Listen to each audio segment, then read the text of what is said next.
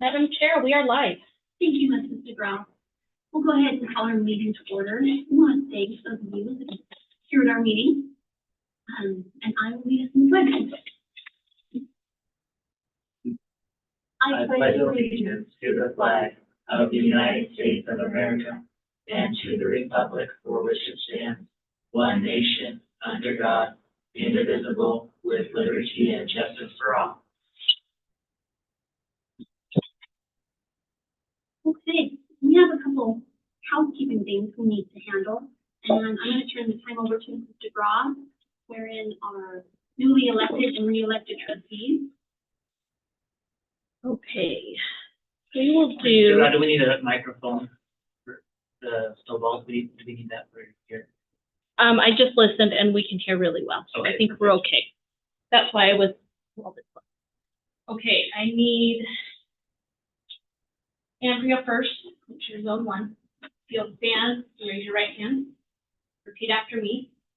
I do swear that I will support the Constitution of the United States, That I will support the Constitution of the United States and the Constitution of the State of Idaho, and the Constitution of the State of Idaho, and I will faithfully discharge and I will faithfully discharge the duties of the office the duties of the office of trustee of the West Jefferson School District 253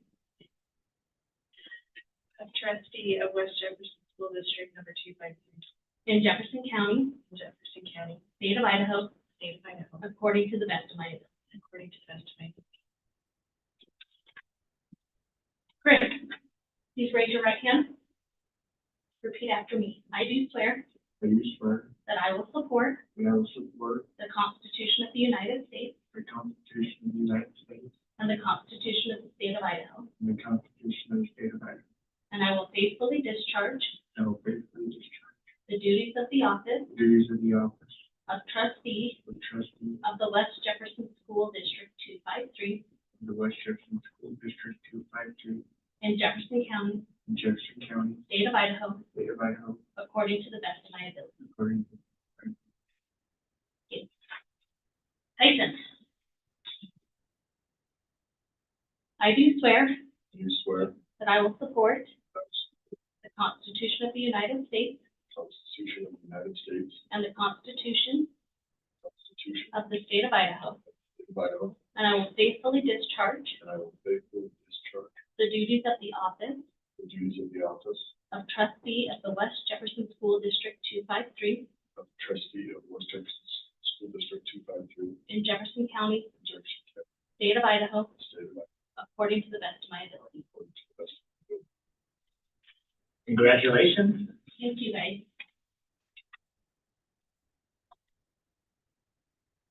And then, Mrs. DeGraw, did you want to talk about the school board election schedule? Correct. Can you pull that up, Mr. Yes, Williams? I'll pull that up. There's those three there, Mrs. DeGraw. We'll start off with the school board Yes. election schedule.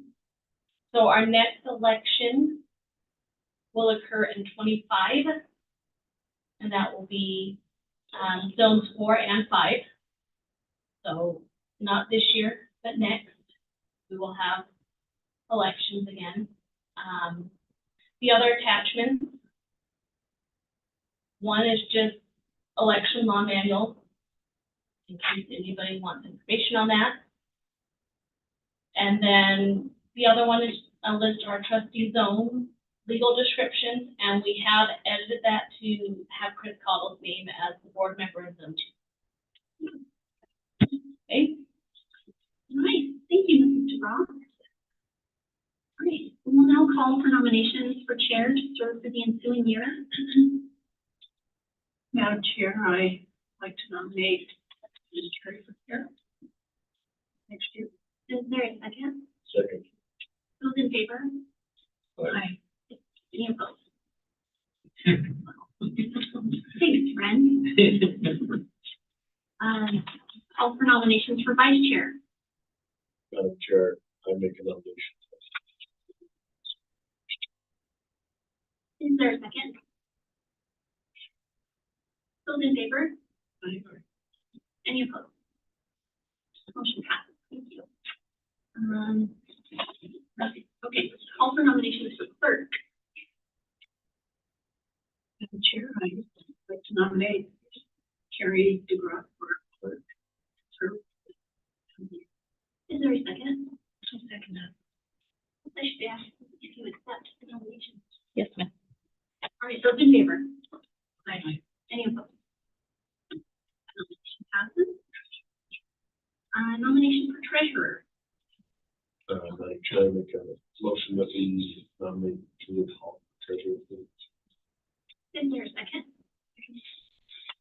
Like, because she's not standing here, she's. Those in favor? Aye. Any opposed? Thank you. Code of ethics.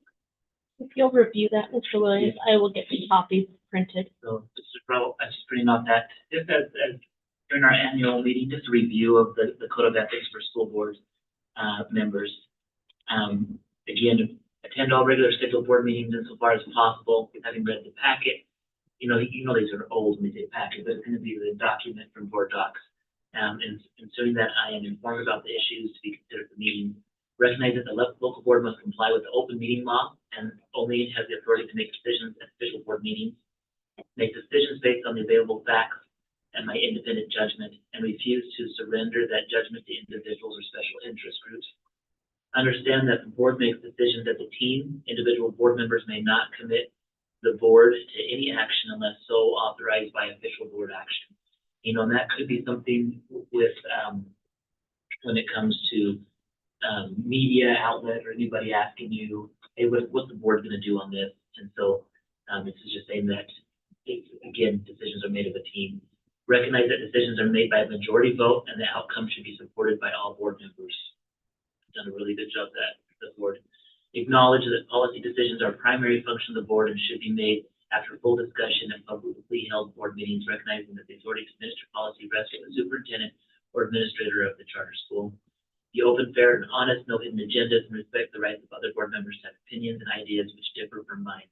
Recognize that the superintendent or the administrator of the board's advisor should be present at all meetings except when the board is considering the superintendent's evaluation, contract, or salary. Understand the chain of command and refer problems or complaints to the proper administrative office while refraining from communications that may create conditions of bias should a concern ever arise to the attention of the board as a hearing panel. When individuals in the community are, when you say chain of command, you're just saying that it's actually part of the board code of ethics. To keep abreast of important developments in educational trends, research and practice by individual study, and thorough participation in programs providing such information. Again, we've talked about professional development just this way. Mr. Cottle has been offered to take some new board member training, so thank you, Mr. Cottle, for being able to do that. That's part of what we do here as board members. Respect the right of the public to be informed about district decisions and school operations. Understand that I will receive information that is confidential and cannot be shared. Give staff the respect and consideration due skilled professional employees and support the employment of those best qualified to serve as district staff while insisting on regular and impartial evaluation of all staff. To present personal criticism of district operations to the superintendent or administrator, not to district staff or to a board meeting. If there are things that are saying, if there are criticisms, bring those to me, and don't surprise everybody here with the criticism without at least having that opportunity to have that answered. Refuse to use my board position for personal gain, personal family gain, or prestige. Guess still any of that at all? Yeah. I will announce any conflicts of interest before board action is taken. So if there is ever anything that comes up with board action that you have a personal interest conflict, you can recuse yourself from voting on that. You shall recuse yourself. Remember always that my first and greatest concern must be the educational welfare of the students attending public schools. Any other comments you guys have on that? It's straightforward, and really the code of ethics can, if people just look at this, it helps you really understand what the role is. And I just want to commend our board. So grateful for you guys. I did find out from Mrs. Scott today that it's board member appreciation, and she brought thank you notes and everything. So Mrs. DeGraw will bring those around for us to sign.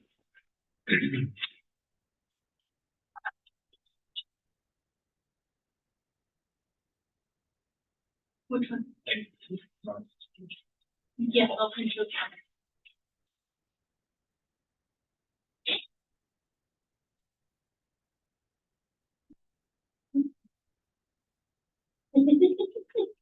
Should be.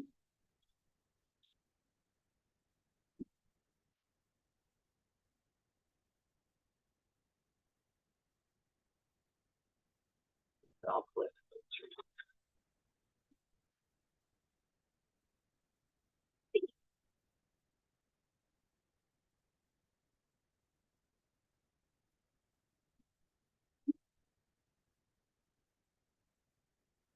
Thank you so much.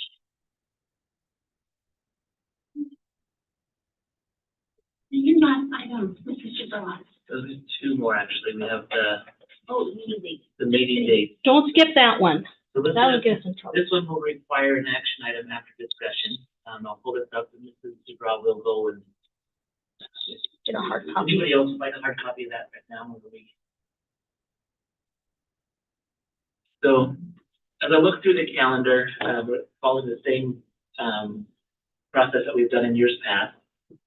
We propose that we keep the regular meeting, February 15th, will be at 1:30. And during the school years, or when school is in session, 1:30 will be the time for that. We do have a couple of little stars right here. The double star means the meetings will be held at 10 a.m. and a single star or asterisk will mean that it will be held on the fourth Thursday instead of the third Thursday. So February 15th, March 21st, April 18th, May 15th, those would all be the third Thursday at 1:30. June 20th, which also is our financial, what do we call that? What is it? Our budget hearing. Budget hearing, thank you, Mrs. DeGraw. At 10 a.m., July 18th will be a 10 a.m. meeting. With the proposed calendar, August 22nd keeps us away from that craziness of that first week.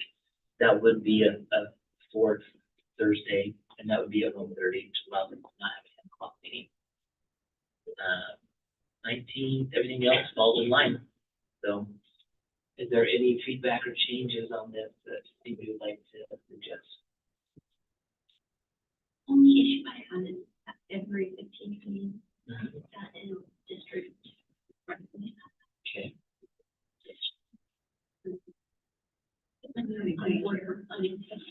You know that that's gonna be the only one that you can. Mrs. Rigby, do you have an issue with that as vice chair? I don't. There's a junior high boys basketball game there that day. I'm shocked that you go to something instead of that. Just the girls are playing. It's district boys. Boys and girls district. Okay, so seeing that, I'll turn the time back over to you, Madam Chair.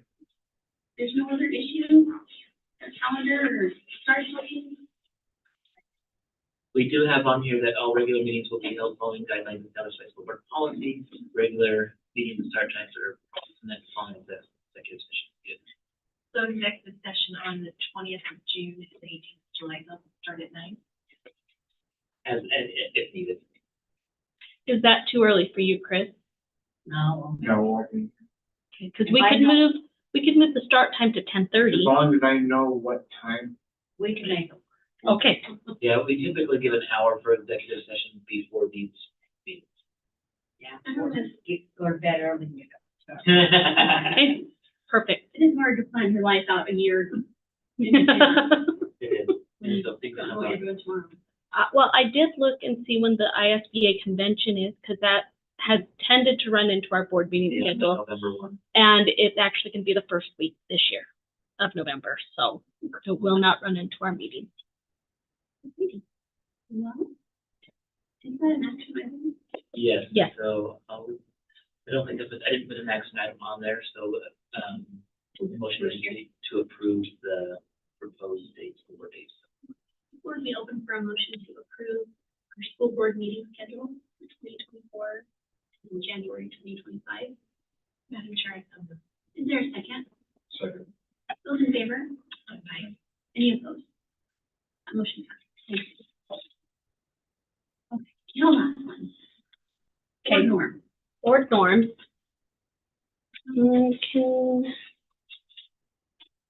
it I need to, maybe refresh, but it should have worked. Let me see if I can get it reposted right now. Man, do you see, as she's pulling that up, Mr. Dunn put together a packet of just board norm things that we've utilized. The board norm, are just expectations that board members hold each other to, and, as we move forward. And so, I'm gonna look right here. So why do we need board norms? To establish stability, increase productivity, focus on the mission of small school, big opportunities and responsibilities, ensure the appropriate use of resources, and having clear board norms contribute to student achievement because the board has their focus on their purpose. And, you know, that's one of the things that, as I've shared with other superintendents and even other places, is because our school board is focused in on what is our role, what is our job, and they use the term, overusing the term, staying in your lane. That sounds like people want to, like, you know, think of the drivers in Utah mostly, but, you know, it's like mostly we want to make sure that we're doing those things that help us be as productive as possible. I don't know if there's any other board norms. Those are some of the types of things that, these are pretty much the same things that we've gone over, and it's not anything we're voting on. If there's something else you'd like to add as a board member, we could add extra things in here, or. This is kind of our living document as a board as to the practices you want to follow. One of the reasons I felt like we needed to write them down is because as a new board member, 4 of us know what's going on and Chris does not. And so I took the time to write down some of the things. One of the things in particular I wanted to talk about was the communication. Let's go to that one. Yeah, you'll go to the communication. We'll post it later, yeah. It's posting right now.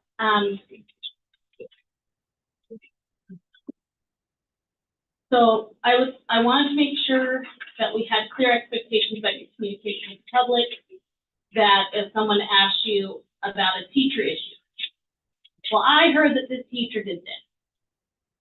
Your response can be, well, that sounds like a personnel item that I can't discuss. Well, I heard that this student did this to somebody else. Well, that's a student issue I can't discuss. Those things occur in executive session. Our favorite is, have you spoken to administration or the teacher or the coach? We want to direct them to follow the chain of command. And, you know, if they say, well, I talked with Mr. I didn't like what he had to say. Have you talked with Mr. Wood? Because he's the one they should be going to, because it's his job to implement policy. It's your guys' job to set it, but I think you could even go, would you like me to encourage that meeting? You know, like. could I contact Mr. Williams? I so that contact can Mr. get Williams, set I'm up? not going to try to fix this for you, but I have them reach out to you. You know, because sometimes and I'd be happy to do that, or our administration would be happy to do that. And even our teachers or coaches, if they have issues, parents do that. That's gonna be the main thing, that if a concerned patron or constituent does not really want to talk to somebody, a message you can make up in your mind is they really don't want to solve the problem.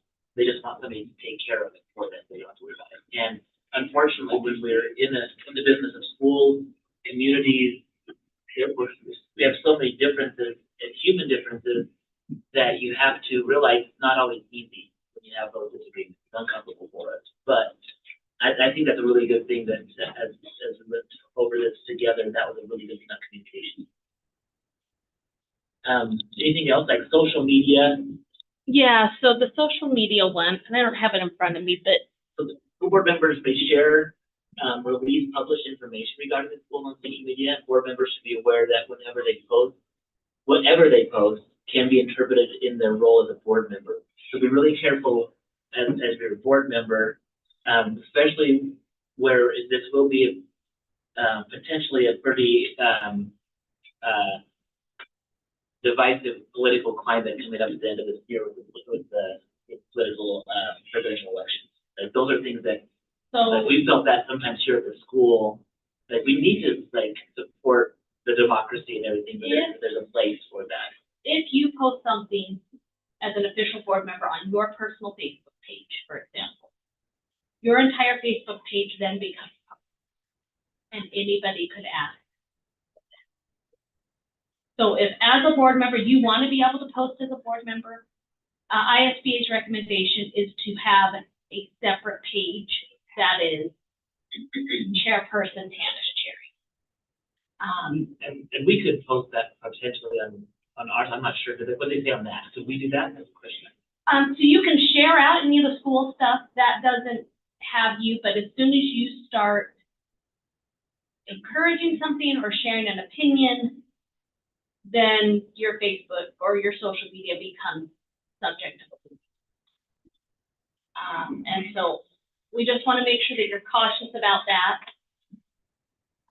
as well as if media contacts you. We don't want you to ever feel like And you can, if you're not comfortable answering, you can say, the direction is actually consult the board clerk or superintendent for advice. And we would be more than happy to say, guys, those questions actually are your job to answer, those are ours. Or if there were questions that you needed to answer, we could help guide you so that you don't get yourself in trouble. So these are just some of the things that, and some of these things are really similar, in the board norms are similar to the code of ethics. code of ethics, correct. You know, It's I'm just, looking on here, once a vote is conclusive, be united. It says that right in code of ethics. It's just kind of a reminder. one of the interesting things I did learn is, and I didn't know this, that board members are encouraged to talk to each other. Not to make decisions, not to persuade somebody, but you're encouraged to have communication between one-on-one. If you're trying, you know, if you say, I really think we need to spend more time talking about whether or not Mr. Williams has a beard. And so those are things that you guys can talk to each other about. But I thought we could call, like, the chair and Yes. suggest the things we'd Yes. like to see at board meeting. Yes, But I didn't think we could call each other and discuss items.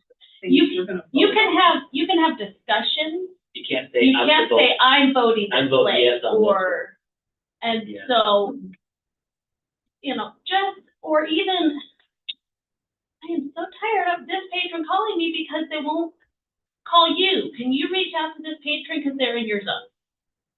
Like, that's something that can happen.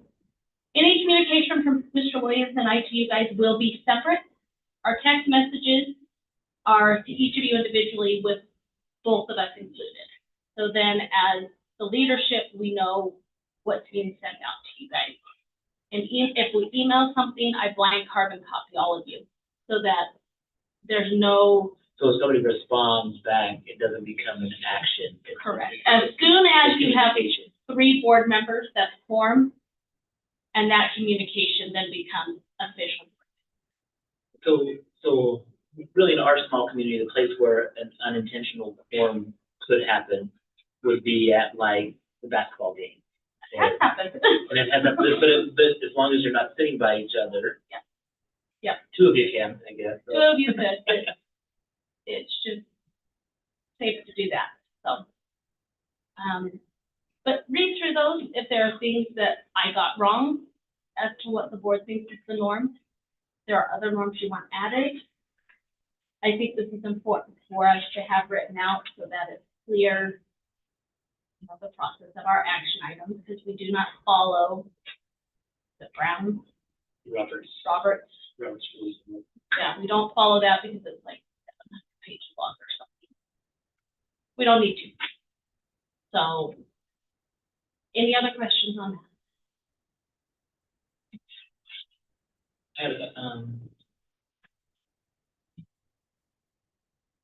one of the things that I learned, because we went to some of those trainings on communication of the board, what the board members can do, and they were talking about bonds and levies in that process. I was understood on this initially, I thought that if you're on the board, but you couldn't promote a bond or levy if you were in favor of it. But that is, you guys can, I cannot. Then that's the difference. Carrie can. Like, we are, You just were full. So, Um, you guys are volunteers, and so that way, if we're ever in that situation again going forward, you can say, yeah, I'm in favor of it, this is why. Or if you want to say, I'm not in favor of it, this is why, and that's why I'm gonna vote no for this. but again, if we post it on your social media, then viewed as official board. And then that'll be true. So, one of the things just for you all to know, when you are acting in your capacity as a board and you are staying within your boundaries, you are covered from liability under the school district insurance.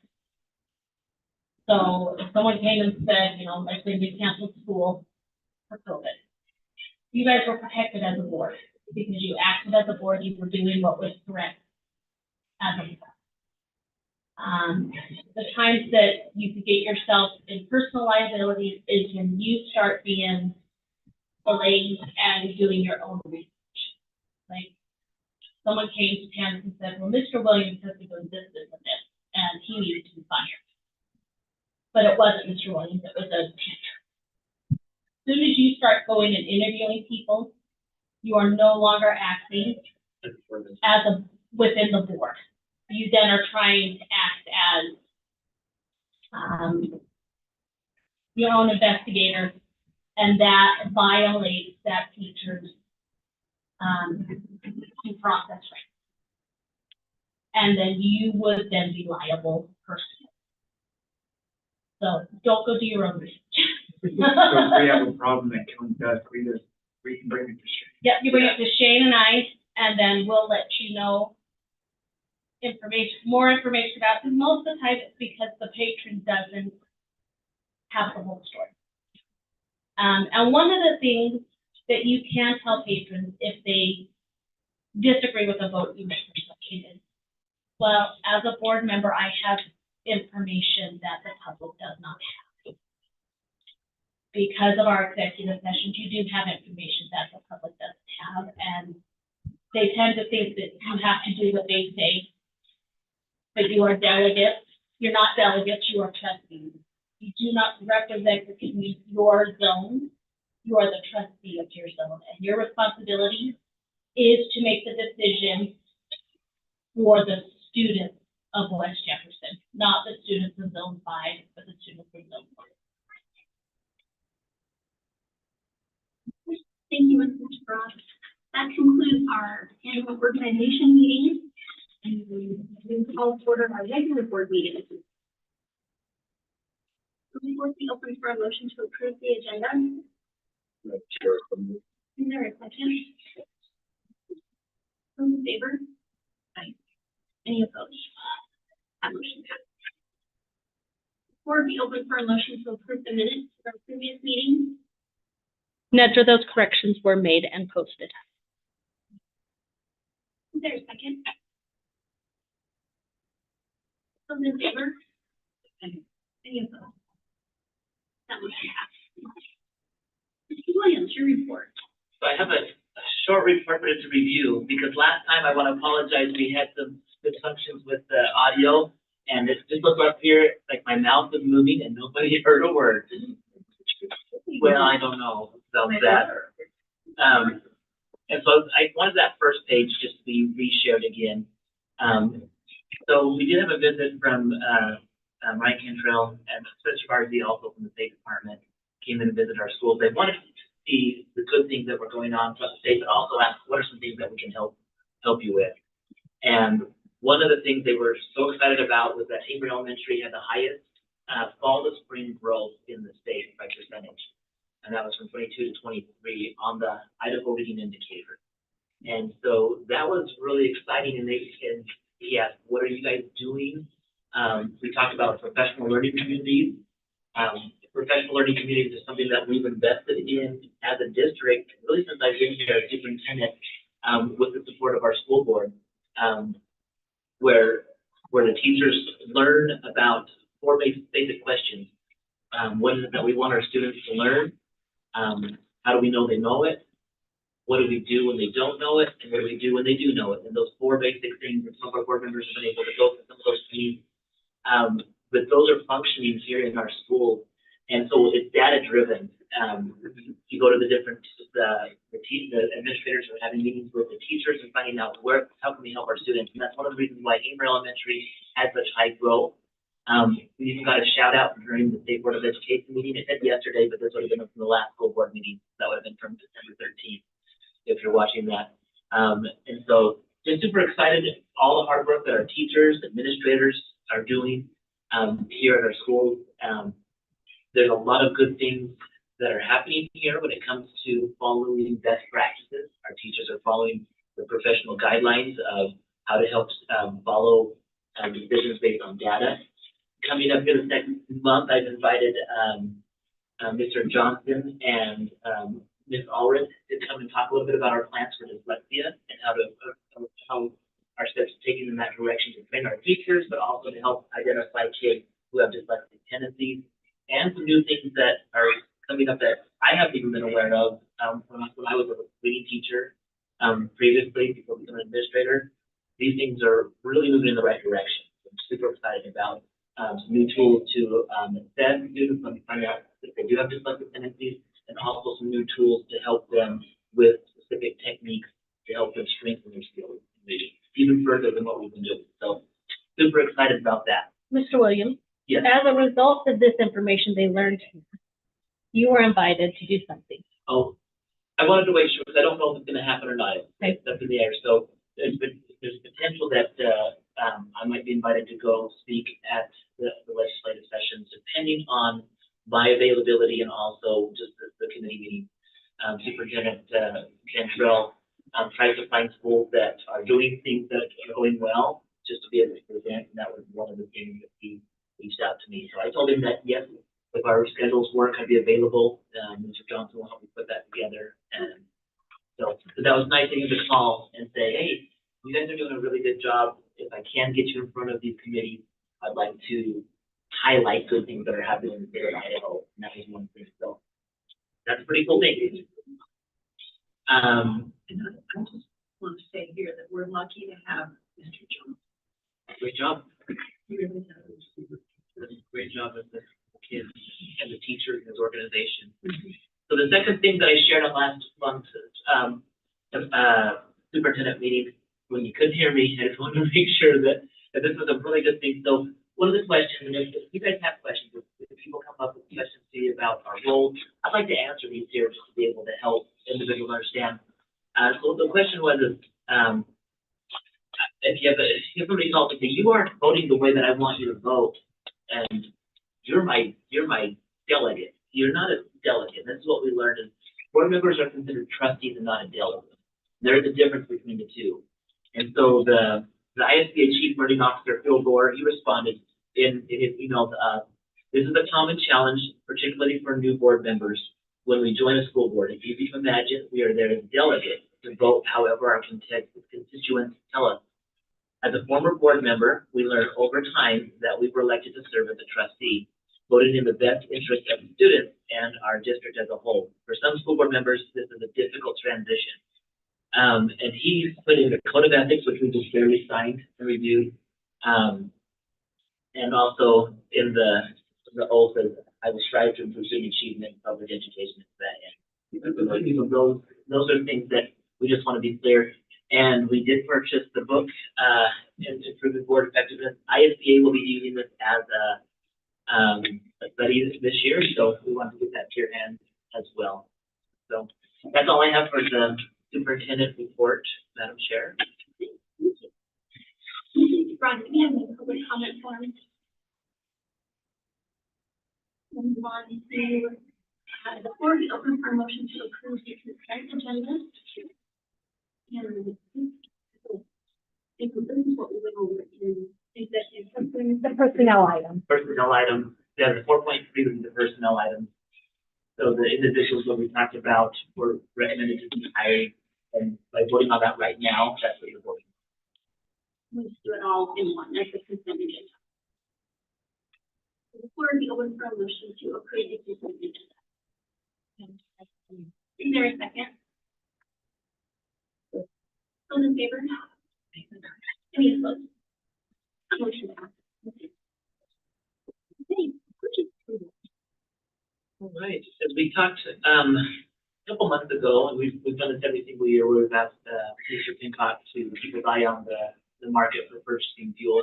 We were able to act quickly on a purchase that will save us a lot of money compared to last year at this time.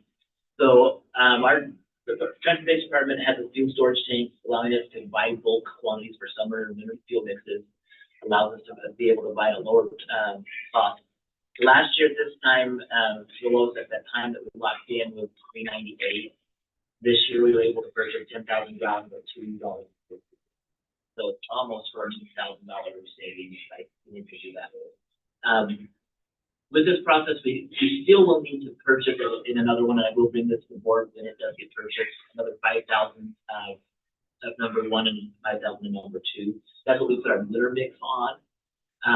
We're not quite empty in that storage tank yet, but when we do, even if it drops a little bit lower, he might fill up a portion of it just to top it off. So we'll keep an eye on that. It might not be a full purchase, just whatever our tank holds.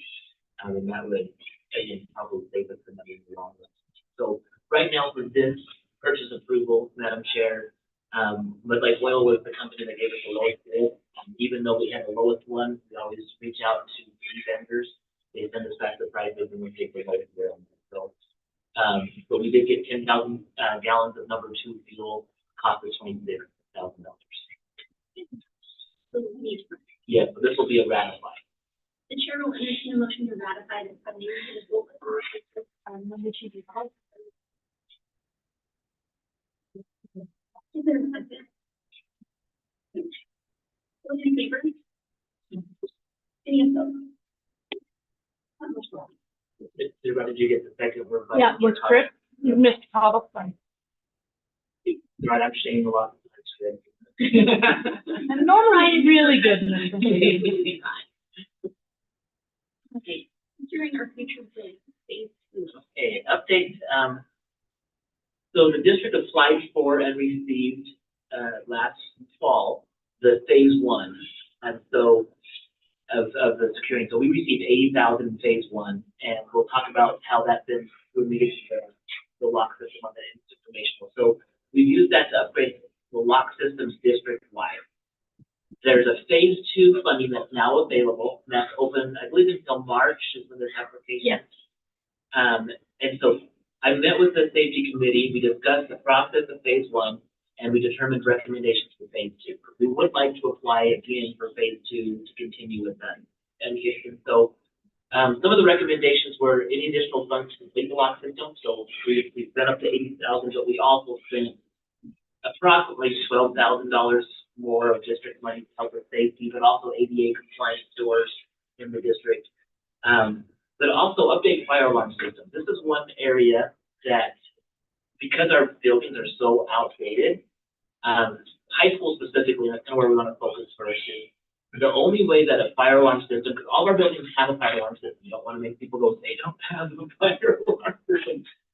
But they have to be, in the high school, have to be tripped manually. And so somebody has to visually see the fire going and fill it.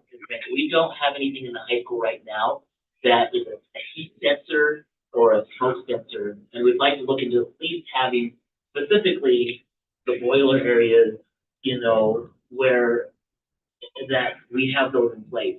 As So well as a system that will notify Notify. when we're not on campus. So it would go off, and then either Dean would get a text, or maybe our fire marshal would get a text, because we don't, when we have volunteer fire people here, we have to have somebody at least see it. That's what happened last year when the coal started to combust during the summertime. Fortunately, one of our teachers was using the weight room, and he was able to go, well, that doesn't look right. Called Dean, and of course we were able to take care of it. But we need something in place, and so that's what we want to put into this. So what I'm asking the board is to basically approve that you're okay with us applying for that as part of part two for the phase. So I don't know if you have any questions on that. it's really just a part of, process. This isn't guaranteed that we'll get phase two, but it requires board approval for us to move forward. There's no question. The chair will entertain a motion to approve the safety committee recommendation for the securing of our future grant phase two application. Madam Chair. Is there a second? Second. Those in favor? Aye. Any opposed? Motion passes. Thank you. Okay, so last action item, we need to certify the emergency closure. This is our last one, for the action items, and again, this is just from Idaho Code 33-1003A and 33-512, that when a school district cancels school session, that's not reflected on the approved calendar, the school board must certify the reason for the closure.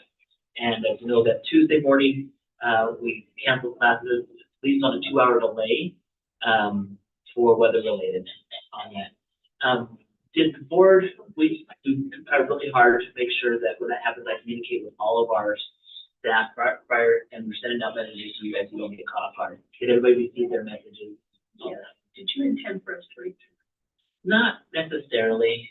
You know, I just wanted, if you have them, I just want to make sure. Because a lot of times when we're sending those out, I get a lot of replies back. But if you wanted to just put like a little thumbs up or a like button on that, that's fine, because you're just replying back to Carrie and I on those texts, and then we can just make sure that, like, we don't want you to get called and say, why are they doing this, or why are they not doing this? Oh, On that, the heads up on it. And this last time it was at the play, I thought, you know what, let me just announce it here at the play, but make sure you can't cheer louder for this, you have to cheer louder for the kids. It's really good. So that's all I have. So what I've done, also, it's required of the superintendent, is I fill out an Excel spreadsheet that I send to the State Department, letting them know that we've changed our calendar, and then when the minutes are completed by Mrs. DeGraw, I take those minutes and also send them to them, just to make sure that we are reaching and meeting all of our calendar hours that we said we were going to. The chair will entertain a motion to certify the emergency closure for school on January 16th, 2024.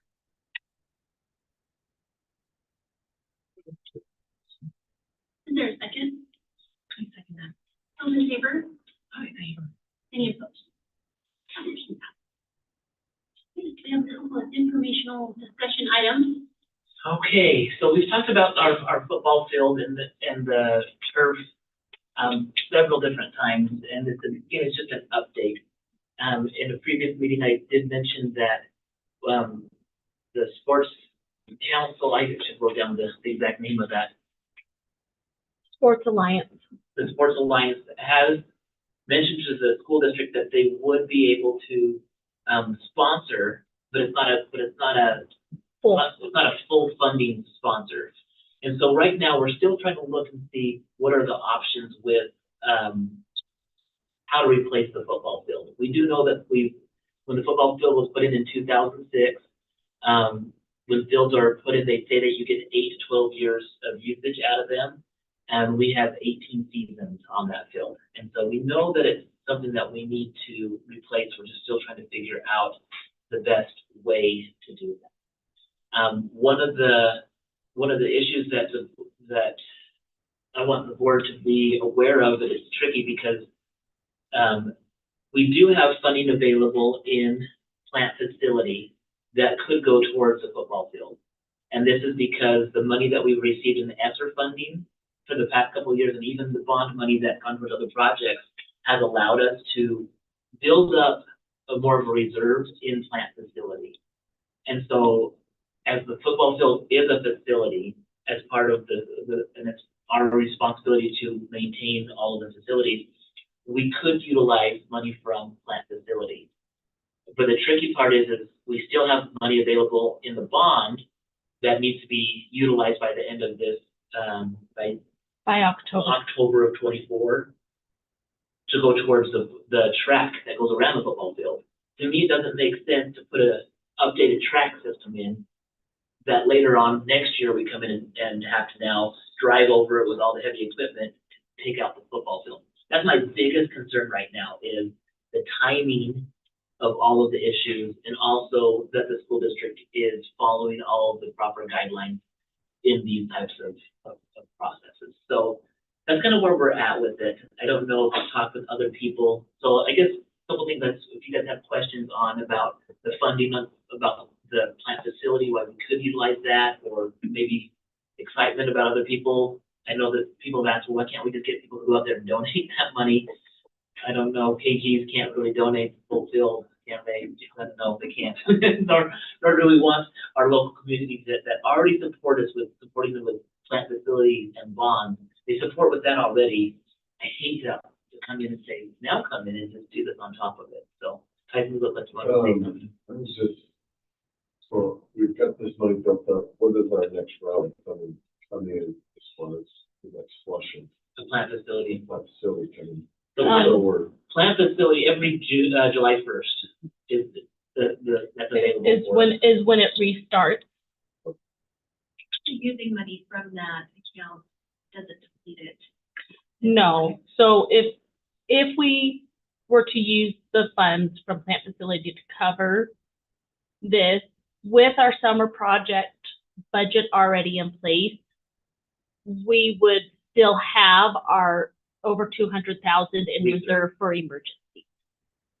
So we've always, since I've been here, it's in practice work when this is being, that we had $200,000 in the plant facility built up as reserve, just in case something major happened. This is like 3 months worth of expenditures. So that's separate. That's That's separate. different. Okay. So that's our Yeah. M&O fund. Yeah. Our plant facility, It's I a different fund outside guess, of was that. it, what, 10 years ago that they had to replace a boiler? Yeah, was that before, were you maybe on the board when they replaced the boiler, so they just right before? So they had to replace the boiler and it was difficult for them financially. And so after that, they've made it a practice to have that 200,000 in reserve for emergencies like that. So you put it. No, in No, the plant facility.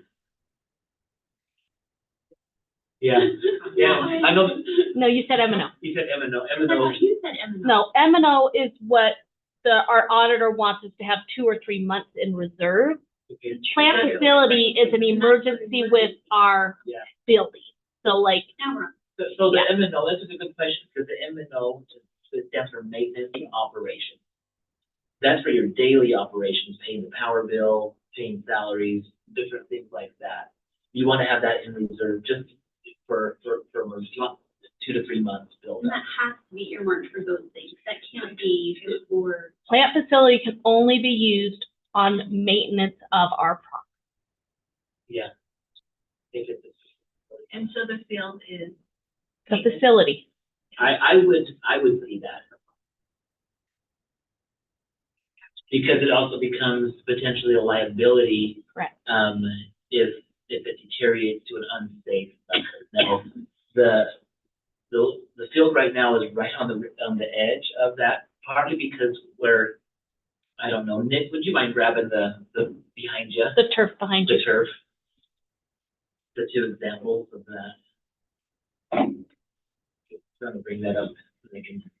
So did you kind of plan that you wanted to do this before the next football season? You know, that's kind of where the issue comes really with the track and the timing of the bond and where we're at. So this is actually a piece of the original field.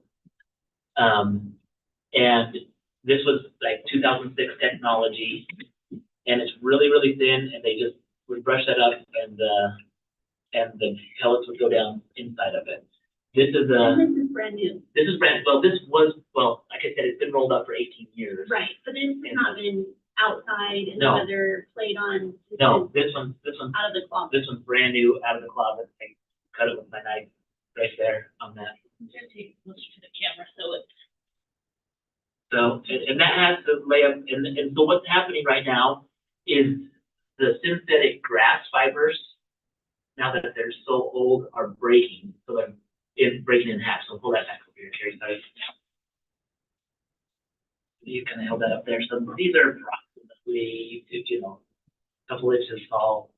But when they break down, then the pellets that are inside it that's what the kids are playing on, and that's why there's so much of it that goes in the cars. I'm sure kids, back at your house, A lot.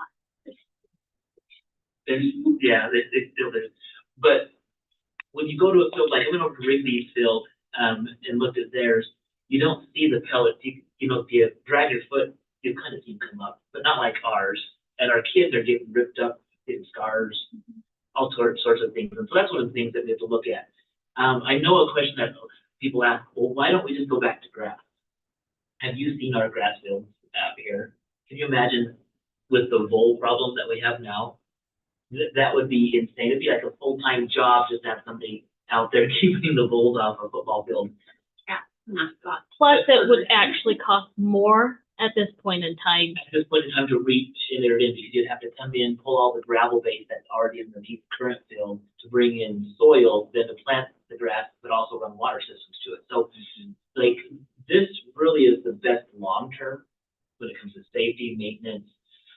The other thing when we're looking at use of the field, our teams practice on them every single day. When you have a grass field, you talk to anybody who's a grass field, they don't practice on their field. They might go on them on Thursday before the game to do a walkthrough. And so you have all summer where you're preparing this grass field. You only use it on game nights. And after 4 home games at the end of the season, it's pretty much depleted already. And so it just makes sense. So that's what we currently have on here. Here's an example of like a high quality grade. Again, I don't know if this is a different one than what we had, but you can see the thickness and the softness. It's just, I think it will last longer.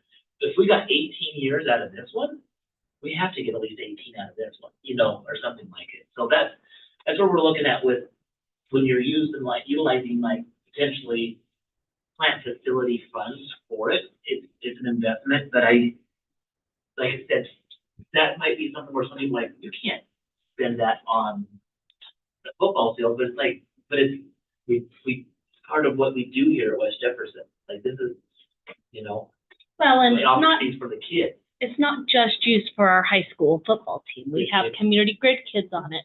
We have community members that come use it for exercise during the summer. Like, because it's a turf field, it's able to be utilized way more. Like with our Chapeltorium, once we've taken out the benches and we've redone the floor, that room is probably used at least 4 times a week, Yeah. where before we weren't even using it 4 times a year, I don't think.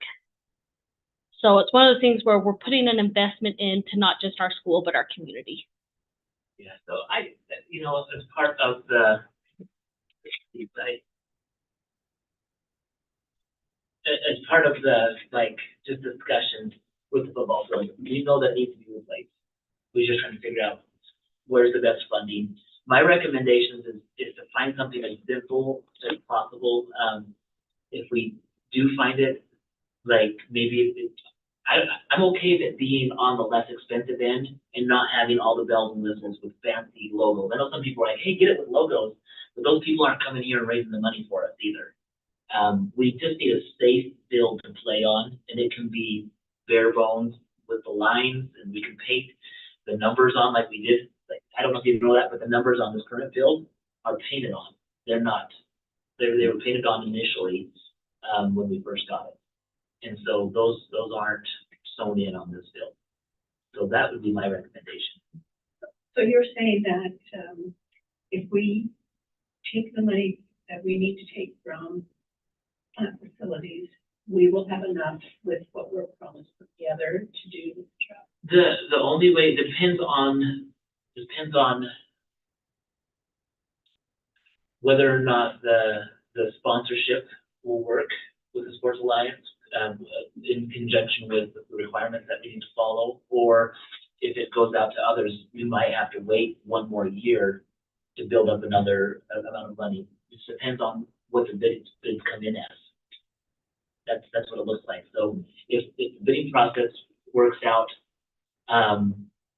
where a Sports Alliance route might work for us, then we might be able to pull it off for this year.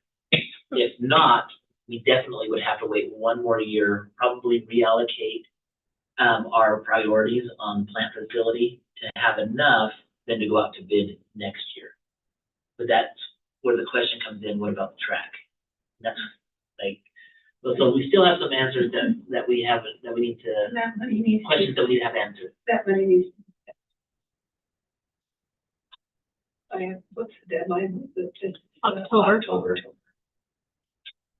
They have to be spent by 3 years after you received it.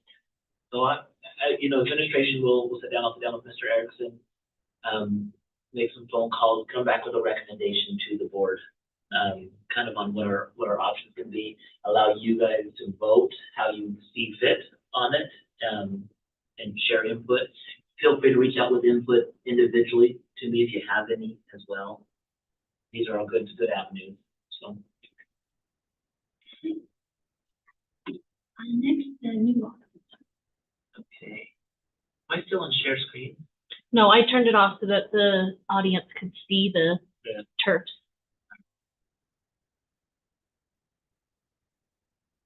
Can I share screen again, or did I lose You it? should be able to.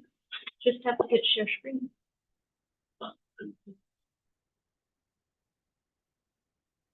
Press Command Tab.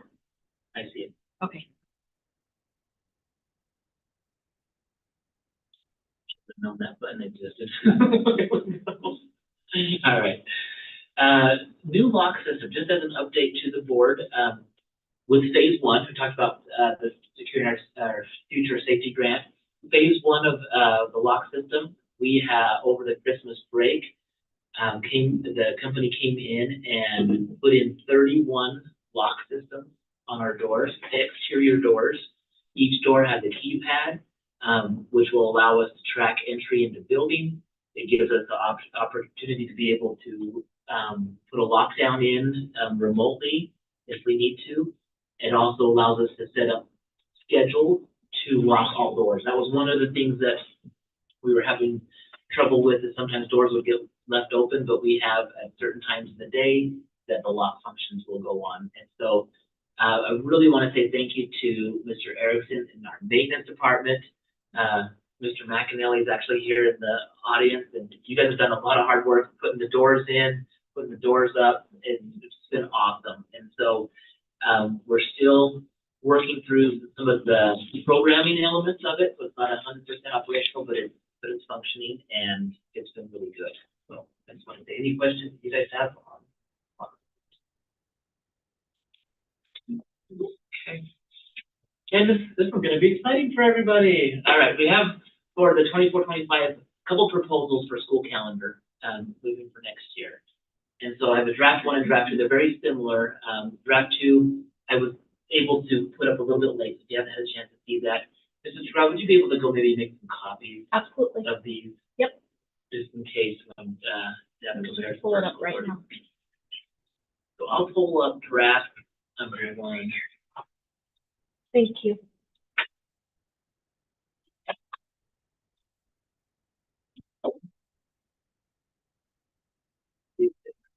Yep, there we go. Draft one, and let me pull up this draft two just in the next one here.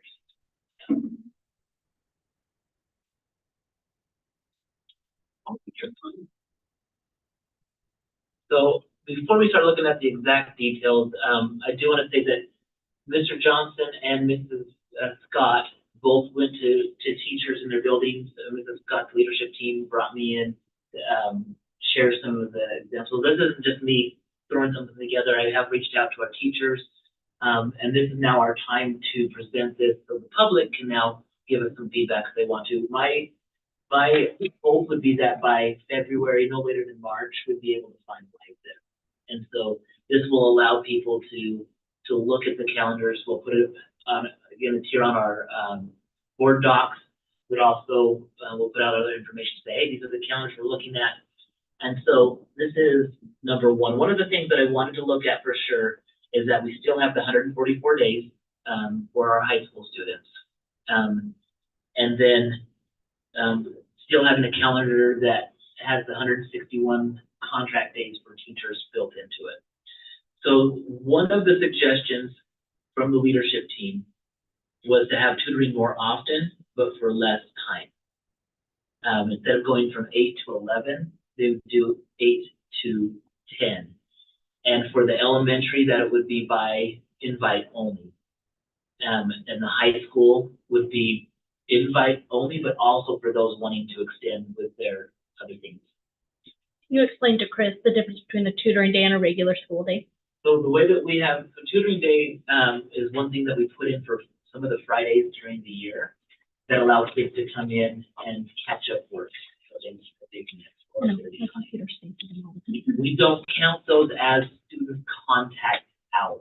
It's a employee contract day, but we're not putting that into the calendar. So that way, if students don't come, we're not taking attendance on it. But we wanted to offer something to allow the students to do it.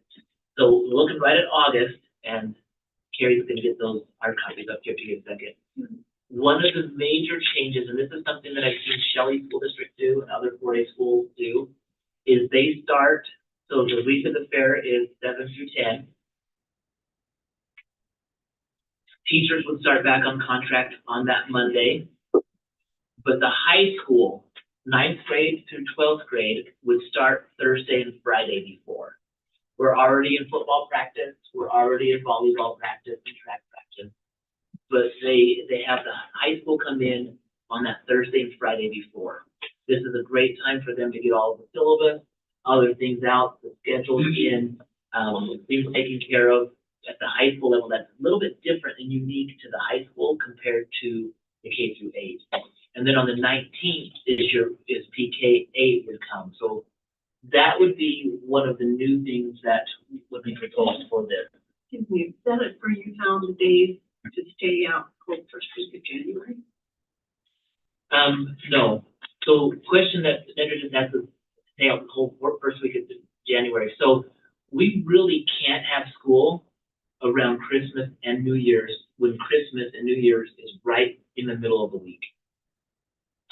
We're not going to come, I'm not going to bring kids to school on the 23rd for one day, and then I'm not going to bring them back on the day afterwards. And so We did this year. and it's because we It had was Christmas till the on it.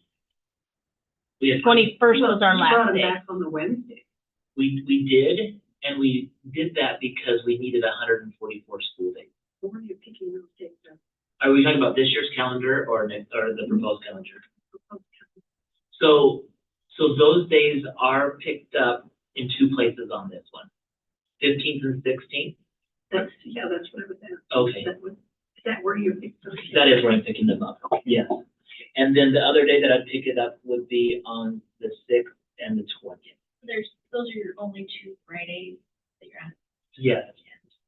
Yeah, those would be the only Fridays on there. So is that the difference between the two? So really the only difference between option 1 and option 2 is option 2 is if people are saying, we don't want to come on any Fridays, you know, I have to count the 16th because as the beginning part of the year. But to do that, and this is where you have to pick up those days into the first week of June. That's the only way. But one other thing is that also gives you a full week during Thanksgiving. So if patrons wanted to come and have their kids come that first week of June, they would have a full week of Christmas break, and they would also have all the Fridays off for students. And it still keeps the 2-week harvest that's not on the table for discussion. So that's really the only difference between the two contracts. One of the things that we looked at with the quarters ending, that we wanted to have a work day. And every work day or tutoring is also PD. There will be PD on all of those. And that PD stands for professional development of the teacher, so training for the teachers on that one. Again, the teachers, as they looked at this, I think the ones I talked to are split / leaning towards don't go into June. I think that's one of the things that, like, where I lean is to not go into June, but I can also see the value of not having days where our attendance is going to be low, because that's one of the other things that we haven't had to worry about in years past when we were under enrollment-based funding, that the days that kids miss, that does impact our overall funding. But you can also argue how well is the attendance going to be in June. You know what I mean? So it's like hit or miss. And so Well, they're gonna come at the end of, because that's when, not always. okay. No, this is a different world we live in. It's like, and it's going to be the hard part. Some people are saying move this the year, but the trend we have is parents will pull kids out for whatever they want, for whatever reason. That's just a trend. It's very rare that we have people saying, I'm going to wait till spring break to take my kids out. It's one of those things that the schools have now become something that has to revolve around all of the parent schedules. And I'm not saying that as a critique. So if you're hearing that as a parent, you're mad at me throwing something at your computer screen or phone. I'm not saying that as a critique. That's just how it is. So probably number one is the preferred. Well, according to at least the people that I've talked to, just it depends on what you guys want to do. So that's why I wanted to put that out there to explain. They'll still have the 2 weeks tutoring. The one thing that we want to do different with tutoring, and that's not part of this vote, it just says that we still will offer tutoring, but it's going to look different. Why only 2 hours? Right now it's 3. So what the feedback that we had is having it 3, because we only did it like 4 times this year. Yeah. And this calendar would have it 8 times, So you're doing it more frequently, just a shorter period of time. So are we justified in the cost for busing?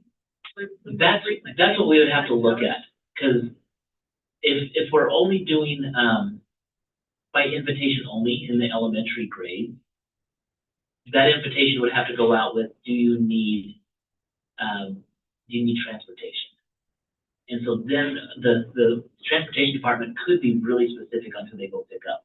Right now, where we haven't made that a mandatory thing, and we've said whoever wants to come can come. Most kids don't, but our buses are still running the routes just in case somebody wants to get in. We haven't figured out how to get that communication piece and say, yeah, we want to come. But if it's for elementary or K through 8, if it's by invitation only at those grades, we could be able to set up a notice specifically for those kids that, yeah, the bus will come around, and then we could have fewer bus drivers driving on those days. And that's how I envision it. I would say 99% of the high schoolers drive themselves, or parents choose to bring them in. And sometimes the parent would choose to bring them in anyway, they bring the bus. We're still exploring that part of it, but I was kind of intrigued by the idea of having it more often throughout the year. That allows your quartered elective teachers to be able to have 2 tutoring days per quarter, whereas before sometimes we missed a tutoring session on it. So I thought that was a helpful suggestion from the leadership team. What's been the feedback from the high school teachers on starting high school 2 days prior to the? I thought there might be more kickback with that, but so far I haven't heard anything negative. And the leadership team that was not an issue at all. And I think the leadership team felt we're already here.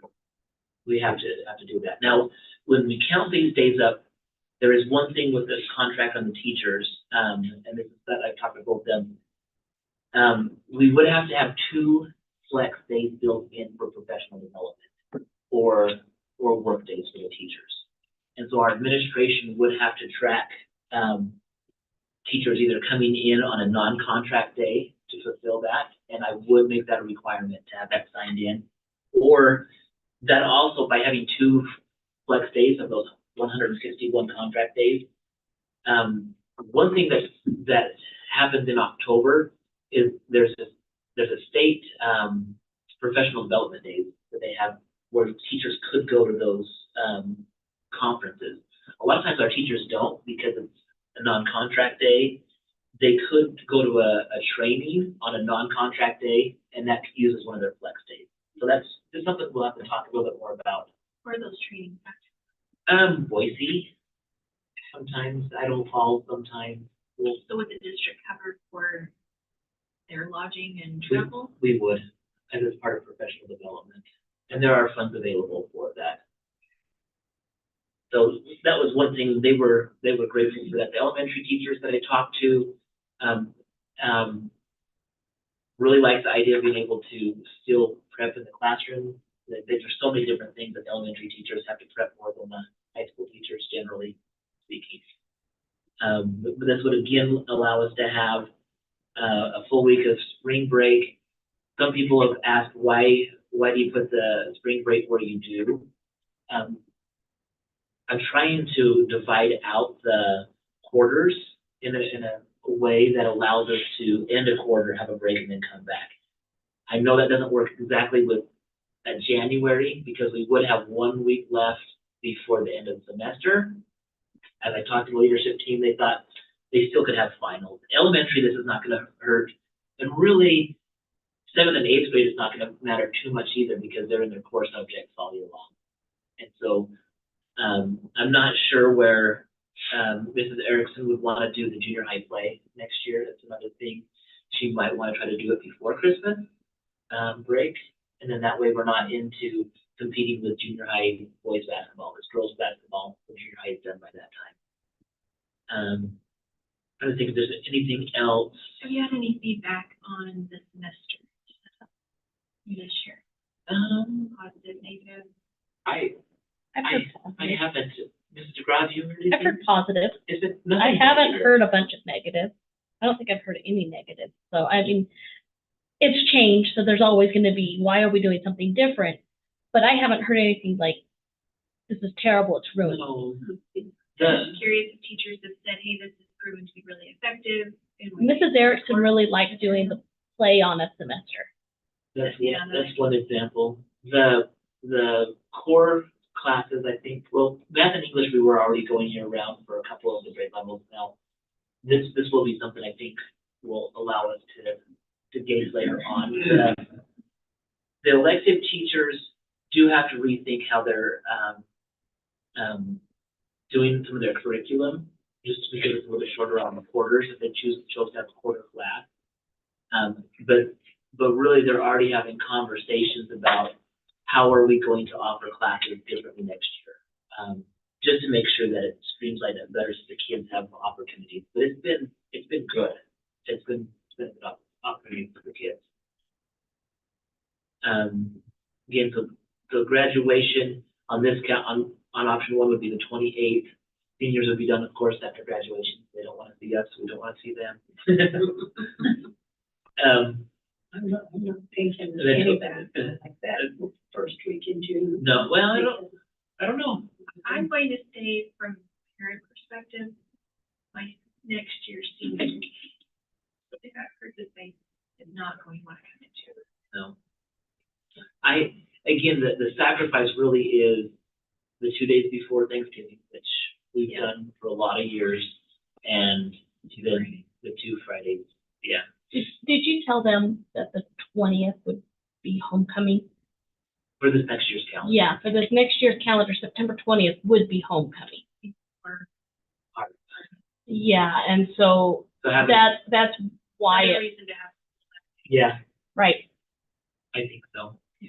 I wish there was a way to move the end of semester 1 to spring break. I don't know how. So we could, but it would shrink that by 4 days, which would be 65 days. And I don't know, we could pull it off, but I did talk to the Ryrie superintendent. They actually experimented with that this year. They're on semesters, and they ended their first semester before Christmas. And it is about 8 days difference on that. It wouldn't be so bad if you didn't have such a long semester. You came back in January. It would only be 4 days difference, wouldn't it? Yeah, Well, for us, it would be a 4-day difference, but it's already a little bit lower than we did there. So first semester is 69 days, second semester is already 75 days. So that would put second semester at 79 days and first semester at 65. So 65 to 79, that's a pretty But if you're a teacher, are you gonna give your final before the break? I hope not. So they come back, you review for 2 days, and then you do your final. And if you've had enough practice and repetition, the kids shouldn't forget it, I hope. They will, because that would big of a break. I'll be honest, I don't remember everything from my math classes either, so. I don't like that early, those 3 days in January. You don't like, what do you mean you don't like it? I don't like them staying out that long. When would I, The holiday is over. We can't come back on the 1st.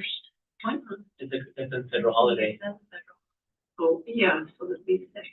So it'd be the 2nd, so you'd come just Right. Thursday, or do you add another Friday? Here's my concern on that one. If we have school just on the 2nd and the 3rd, our attendance, you're gonna have so many families that are like, they're not gonna come. And if the Funding. attendance is low, then that's gonna hurt our, Funding. Yep. All right, then. you're just gonna have to do some more holiday cookies or something. It seems like, here's another hard. Get out for 2 weeks. So, anyway. So we'll put this out, again, the whole purpose of this was just to get the information, start the discussion, the whys, Yep. where we're at with that. One last thing I don't, famous last words, I say last thing, but another thing, on the 3rd quarter, that one is 40 days, and that's the one from January 13th to March 20th. And that's typically the time that if we do have snow days, they're gonna come in. So I wanted to build in a couple extra days there for snow. That's why, if there's any questions that. But the elementary students and junior high K through 8 will be on 142 days, but they still have so many hours buffer for their required hours. So, okay.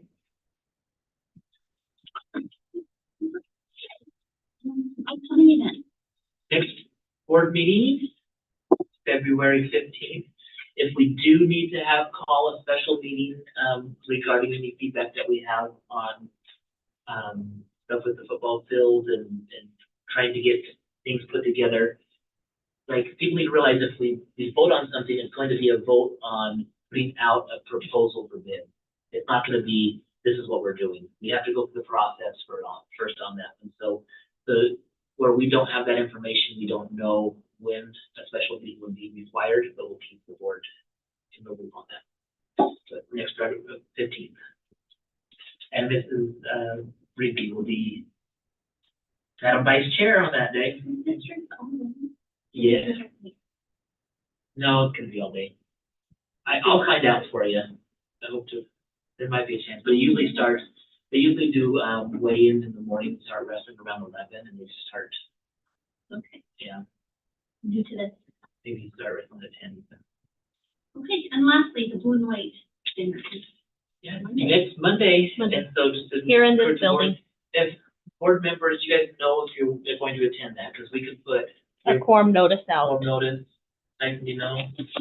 On Monday, Yeah. Monday. If you're 6 p.m. Chris, you want to do that one? So Chris and Shannon. Tickets. You don't have to be present to win. Okay. Okay. It might be safe just to. I'll post a quorum notice because we've often ended up with a quorum at blue and white. And then that way you guys can sit by each other. There you go. We'll just put it, can you not just do it like a continuous quorum notice? And All sports games, all. Don't the board be open for a motion to adjourn?